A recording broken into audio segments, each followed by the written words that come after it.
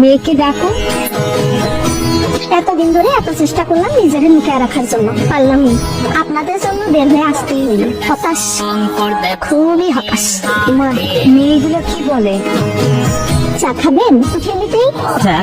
শুটে আমাকে কেমন লাগছে? So beautiful, so elegant, just looking like a wow. আচ্ছা, তুমি কি এর আগে কখনো প্রেম করেছো? কয়েকটা করেছি।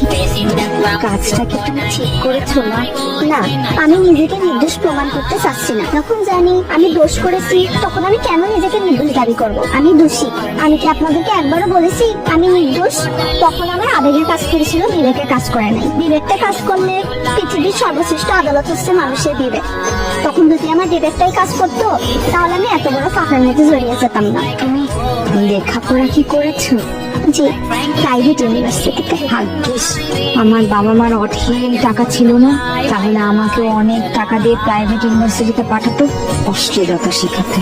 আচ্ছা মা, তুমি তো আমার ছেলেকে আগে দেখেছো, তা প্রথম দেখে কেমন লেগেছে?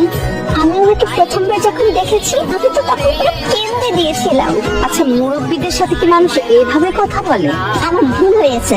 হ্যাঁ, হ্যাঁ, আমি ক্ষমা করে দেন। কি মেয়ে রে বাবা, তুমি এখান থেকে যাও তো, আমি তোমার মুখ দেখতে চাই না। তাহলে কি অন্য কিছু দেখাবো?